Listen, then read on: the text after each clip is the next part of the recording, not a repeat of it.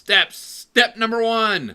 Let's understand exactly how this would work. And I want to be clear, these are not electronic dollars like we see today. A lot of people are confused. They say, oh, a digital currency is no big deal, because that's basically what we have right now with an ATM card and my bank. Wrong. Let's dive into the details. It starts with the Federal Reserve, and they create Fed coins. So the Fed coins, how do those get to the people? Well, of course, through MMT. All you have to do is download the app on your phone, and we will deposit the Fed coins onto your phone automatically. So Oblivious Oliver and your friend and family member Fred, of course, love the idea. They download the Fed app on their phone immediately. They get some MMT or helicopter money, UBI, whatever you want to call it. So in this example, there's 6 Fed coins that are created. Oblivious Oliver gets Fed coin 1, 2, and 3. Your friend and family member Fred gets Fed coin X, Y, and Z. Oblivious Oliver goes over to your friend and family member Fred's house and sees that he has the most amazing book in the world. That is right. And on the cover of this book, none other than Paul Krugman, your friend and family member Fred's favorite economist.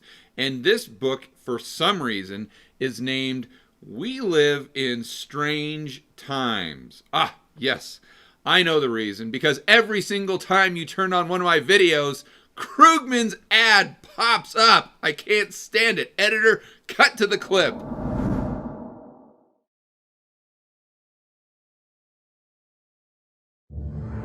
We live in strange times. Obviously, I do not pick the ads for my own YouTube videos. That's for sure. The guy pops up everywhere. It drives me crazy. So Oblivious Oliver says, Fred, listen, I have to have that Paul Krugman book. It is amazing. I will give you one of my Fed coins. Fred says, okay, fine. I've read the book 46 times. I believe in it wholeheartedly. I already have Krugman's poster up on my bedroom wall. You can have the book. So they trade. The book goes over to Oblivious Oliver, and Oliver gives Fed coin number 1 to friend and family member Fred. Well, what happens on the ledger of the Federal Reserve or the government? Well, this transaction is noted. So first, they know that Oblivious Oliver got Fed coin 1, 2, and 3. And they know Fred got Fed coin X, Y, and Z. So the third transaction is for the book. So the transaction is between Oblivious Oliver and Fred. Fed coin 1 is transferred over to Fred for the book. Everything is on the ledger because each Fed coin has its own serial number. It can be tracked. It is code just like Bitcoin. This is what you need to understand, and this is the main thing that differentiates it from an electronic dollar. And we'll get into how to think about this in just a moment. So that transaction takes place. So now you understand how every single transaction in the economy would be traced. But it gives the Fed and the government far more power than just being Big Brother. As an example, currently when the Fed does QE, as you guys know from watching my videos, they create bank reserves. In this case, those reserves would of course be Fed coins. So the Fed coins would go into the reserve accounts of primary dealer A, B, and C. But since these Fed coins now have a code, the government or the Fed can determine how each individual coin is used. In other words, it can pre-program the type of loans that the banks give out into the real economy. So as an example, let's say they allocate a specific amount of bank reserves for green energy. Or maybe it's for shale oil production. Just want to make sure I piss off everybody.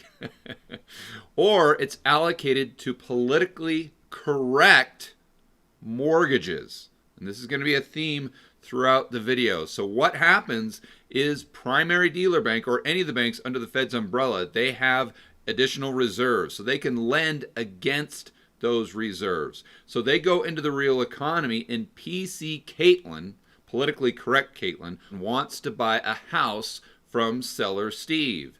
Good news. Caitlin fits the category that the Fed coins have been programmed for. So she goes to her local bank and says, I need a loan for 100,000 Fed coins. The bank says, no problem. We'll go ahead and create brand new Fed coins just for you to buy the home. And of course, they're backed up by the reserve Fed coins that have been pre-programmed or coded for that specific intent. The whole process is identical to the way it works now. The commercial banks are still in charge of creating additional money supply in the real economy. The only difference is instead of using electronic dollars, they're using the now encrypted or coded Fed coin.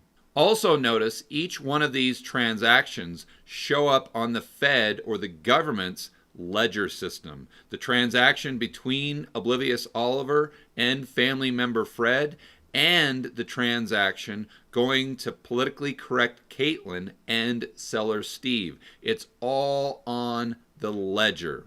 The takeaway for step number 1 is electronic dollars we use now are a lot like a scoreboard at a basketball game. They just show a number that's in each person or each entity's account.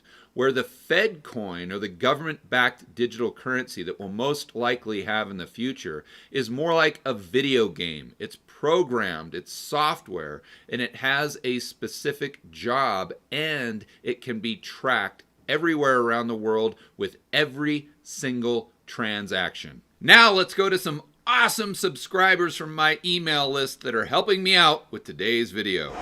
Step number 2! Step number 2! Step number 2! Step number 2! Government digital currency gives them limitless control. And we're assuming they'll ban cash. I think it's not only inevitable, unfortunately, I think it may be imminent. We have to start by understanding what their goals are. When I mean their, I'm talking about the Fed and government. I see them as one unit in the future.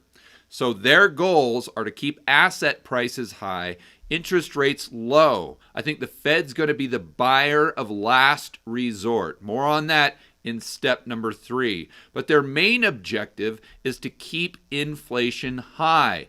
Sovereign debt, state debt, consumer debt, corporate debt at all-time highs. They think the best way to get rid of that debt and start from scratch is to inflate it away. There are 3 main metrics the Fed uses now to determine what inflation is going to be in the future. First is their BS, or their balance sheet. Currently, they have total control over this metric. Editor, go ahead and throw up a chart. From now on, when we look at the Fed's balance sheet, I think we might as well just call it the hockey stick, because it is going vertical. That is for sure.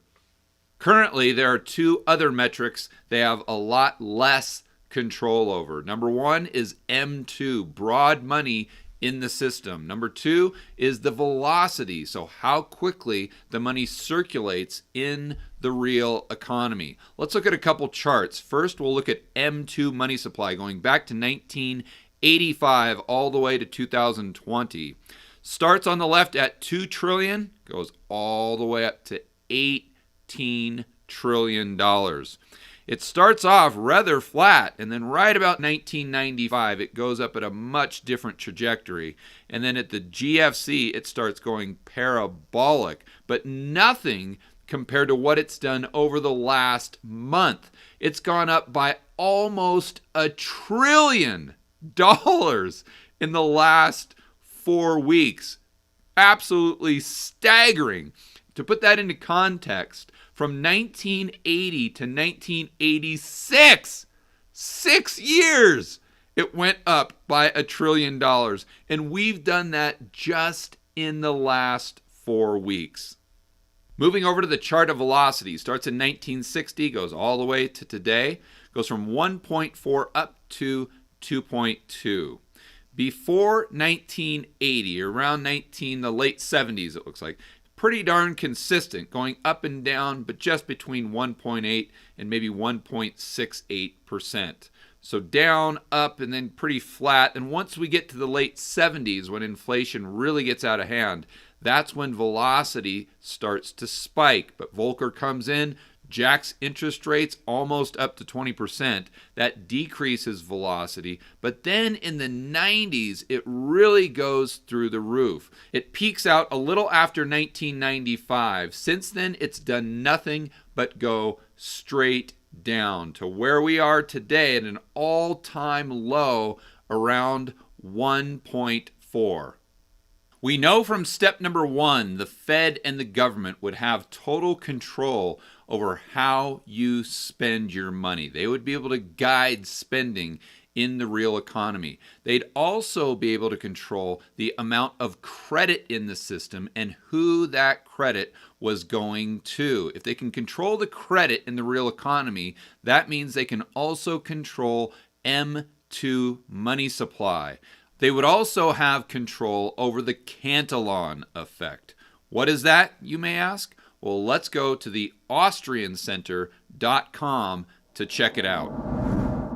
The so-called Cantillon effect describes the uneven expansion of the amount of money. If a central bank pumps more money into the economy, the resulting increase in prices do not happen evenly. The Austrian economist Friedrich von Hayek compared this monetary expansion with honey. If you pour honey into a cup, it won't spread evenly. It kind of clumps up in the middle before it spreads out. Same thing with money. In the case of monetary expansion, the ones who profit from it are the ones who are close to the money. Close to the money in this case means anyone who can access the money right at the beginning, i.e., big companies and banks. They get the loans, they make the investments. The prices then start to rise, even though the rest of the population has not yet received the new money. This part of the population usually are the people without much money. Nonetheless, they have to pay the higher prices even though they have not profited from the increase of the overall money supply. And they will never profit from it the same way the ones who received the money in the first place, that were closest to the money creation. The result is a redistribution from the poor to the rich. Wow, that sounds familiar, doesn't it? And keep in mind, the gentleman that came up with this concept was an economist in the 18th century. Just as true today as it was back then. So you may be saying to yourself, well, George, that actually sounds pretty good. The Fed could make sure that some of the money or all of the money isn't going to the big banks and the big corporations, just driving up asset prices and creating all these bubbles that would get to the average Joe and Jane in the real economy. But I see it from the other side. I think they would use the new power they had using the government digital currency, the Fed coin, to make sure that the money didn't go into Main Street first. I think they would take the power to make sure that 100% of the brand new Fed coins that were created only went to those people who were connected politically. The corporations, the big banks, whomever is rubbing elbows with the politicians. So it would be even worse than it was before. The Fed coins are created. They go to those individuals or entities who have the political connections first. 100% of the new money that's created. And then once they've already spent it, it trickles down into the real economy. By this time, prices have gone up, and the average Joe and Jane their income always lags behind. They're the ones that are holding the bag. Oh, but wait, there is more. Let's not forget about the way they would control velocity in the economy. For more on this, let's go straight to my recent interview with the show American Countdown on Infowars.com. I think, especially when you combine politics and economics, something like a digital currency fits within what the state would want, because it empowers them to an extraordinary degree, and they could have every justification for it. And in fact, our current currency problems that are about to be accelerated over the next year or two would particularly be the pretext for, hey, here's our solution. What do you think about that idea? Is there a possibility of that occurring, and how much of that is a risk versus, say, a national digital currency? I definitely think it's a possibility because, to your point, it gives governments so much control. And not only from a taxation standpoint, but it also gives them control over interest rates, or the central bank, let's call it. Right now, it would be very difficult for the Fed to take interest rates to like a -5 because people just withdraw their cash. You might be able to go down 50 basis points like they have in some places in Europe. But at a certain point, the general public draws the line and they take their money elsewhere. But with a digital currency, you could not take your purchasing power out of the banking system. In their mind, the way their models work is the way you solve the problem of the business cycle is just by lowering interest rates. That's how you smooth out a recession, is you got to create more demand. Well, the way their models work, and I've never seen them, but I would assume based on their actions, that if you have interest rates at 0, well, if the solution for a recession is to take interest rates from 4%, let's say, down to 0, well, then the solution, if you're already at 0, has got to be to take them to -4. Problem solved. I see this not only playing out with negative interest rates, but also having a timer on every single Fed coin. Let's assume there was MMT, UBI, helicopter money, whatever you want to call it. Every single American gets 1,000 Fed coins per month. The trick, though, is you have to spend the money by the end of the month. There's a timer on each coin, and if you don't spend it fast enough, then it just disappears. Also, if the Fed saw that the velocity was a little too low, they could just decrease the timer. So let's say they give you your 1,000 Fed coins, and usually it expires, or they expire by the end of the month. Well, they could say now they expire in the next 3 days. So everyone goes out, spends their Fed coins immediately. That increases velocity, therefore increases the rate of inflation. Step number 3. Step number 3. Step number 3. The government digital currency endgame. If we continue to build our economy on asset bubbles, debt, and confidence, and we continue with this obsession with PC culture in the United States, this is how I see it playing out potentially. This isn't a prediction. This is what I think the possibilities are 5 years, 10 years down the road with the Fed coin. It goes back to the Fed and the government needing asset prices to stay high, interest rates low, and a high rate of inflation. So the Fed and the government are the buyers of last resort. How does this work? Let's say the stock market is at 3,000, the S&P.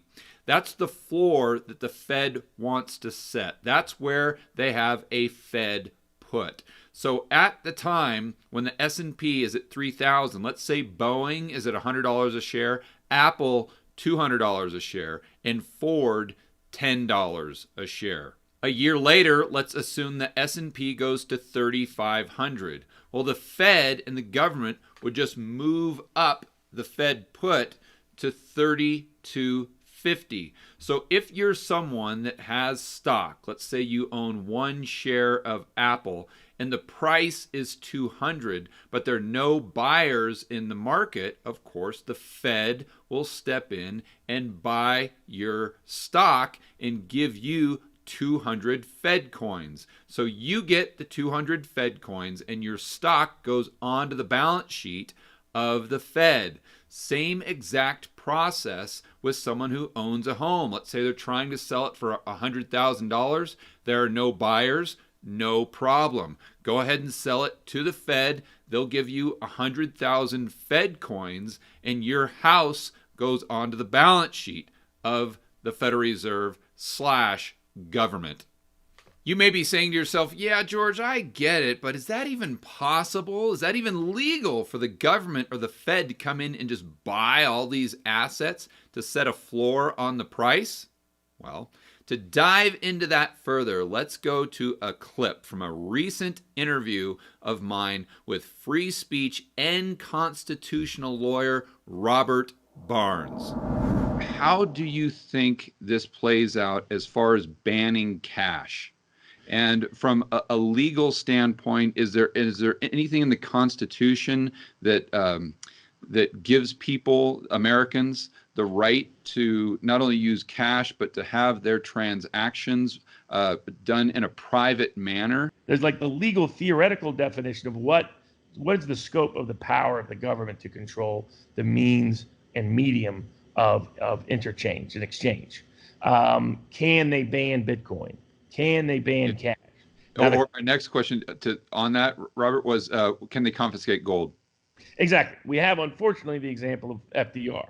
So FDR, after he got elected, I think it was within a year or thereabouts, said, hey, everybody's got to bring their gold back in. If anybody's caught with gold, bad things are going to happen. So there's always a risk. Now, there was a fair number of people that did not do so. They estimate somewhere like 10 to 15%, and they weren't able to really track him down. And there weren't a lot of high-profile arrests because at the time he was doing it, there was serious doubts about whether he could do it. Now, no surprise. Constitutional standpoint. Absolutely, constitutionally. Okay. And once again, it's the courts turned a blind eye because this was the crisis of the Depression. So nobody was going to meaningfully contest because what he was doing was depriving people of their property without just violation of law.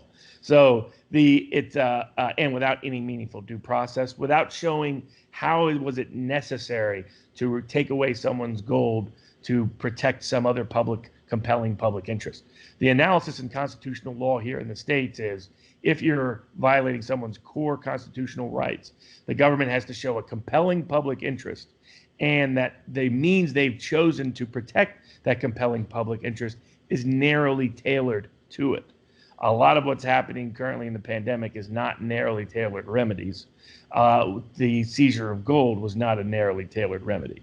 But we live in an environment where the New York governor has suspended anti-bribery laws, suspended gift giving to politician laws, suspended transparency laws about state contracts, all in the name of the pandemic. It's like, how exactly are the two correlated? Only a politician would think best way to solve this pandemic is we got to get rid of these anti-bribery laws. Then we'll be able to solve it, no problem.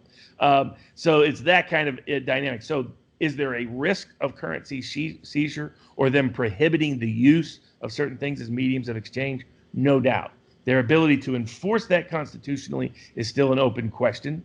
Their ability to do so practically is probably the bigger question. So even if it was against the law, they'd simply change the law or ignore the Constitution altogether. As Robert puts it, they'd simply look the other direction.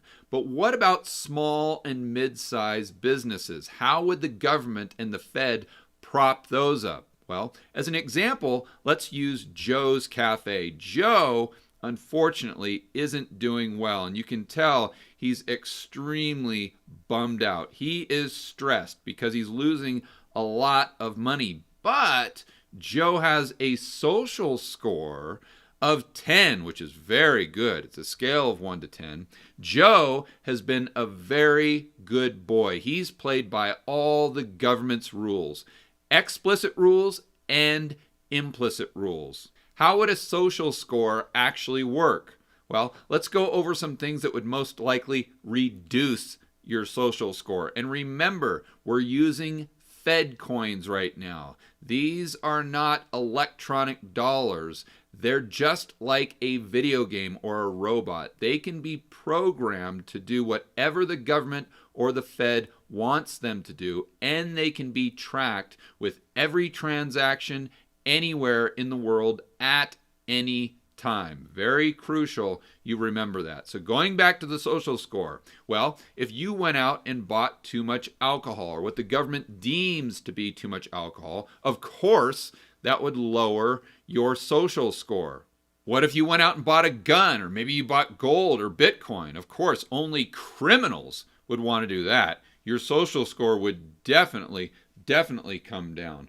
Or if you went out and criticized the Fed's ledger or said anything bad about the government, social score got to come down for that. Let's say you get caught speeding, or on social media you get banned from a certain platform, or even worse, let's say you get blocked on Twitter by one of the political elites. Your social score definitely going down. You see how this would all start to work. Because the Fed owns all the debt, meaning all the loans, SBA loans, auto loans, home loans, the banks would originate them, but they would go straight to the Fed's balance sheet, just like we do right now with mortgages and Fannie and Freddie. Since all the debt would go onto the Fed's balance sheet, it doesn't matter if the debt is paid back or not, because the Fed doesn't have a profit and loss. They create as many Fed coins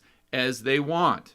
So someone gets a loan not based on their ability to pay it back. Absolutely not. That would be complete discrimination, of course. They would strictly get the loan based on their social score, whatever they wanted, whether it was a business loan, auto loan, home loan, student loan, you name it. It all starts with the social score. Going back to Joe's business that's really struggling, the Fed and the government don't want him to go bust because he's got a great social score. So what do? They simply program the Fed app that's on Oblivious Oliver's phone, Fred's phone, and of course, politically correct Caitlin. So then their Fed coins can only be spent for the next 3 days, let's say, or the next week or the next month. They can only spend their Fed coins at Joe's store. Of course, this brings in a lot of money and gets Joe back into the black to where he is profitable. This is the way the Fed and the government would make sure that no one ever loses money. Nobody has to worry again. We've got a system, an economy that's set up the way it should be, based on a social score and not based on merit. And all of this is possible because we're on a government-backed digital currency. Now you may be asking yourself, yeah, George, but man, if they're buying all these assets, all these loans, propping up businesses with the Fed coins, isn't that going to create a ton of inflation? Not at all. Problem solved. For that, we go straight to the MMT playbook. Because the federal government is just spending these coins into existence, it's not part of the Fed anymore. They don't have to sell bonds or debt. Then to lower the money supply or reduce the amount of inflation, they just need to get money or Fed coins out of circulation. To do that, they simply raise taxes. Everybody has all their Fed coins on the app. It's on their phone. So the government or the Fed just simply reduce everyone's balance by 20 or 30%, whatever they need to do to make sure there's less Fed coins in circulation to keep inflation under control. Again, central planning at its finest. So what would you do if they banned cash, made Bitcoin completely illegal, if you used it, 10 years in jail, and they confiscated all the gold? What do you do next? Let me know in the comments below. For more content that'll help you build wealth and thrive in a world of out-of-control central banks and big governments, check out this playlist right here, and I will see you on the next video.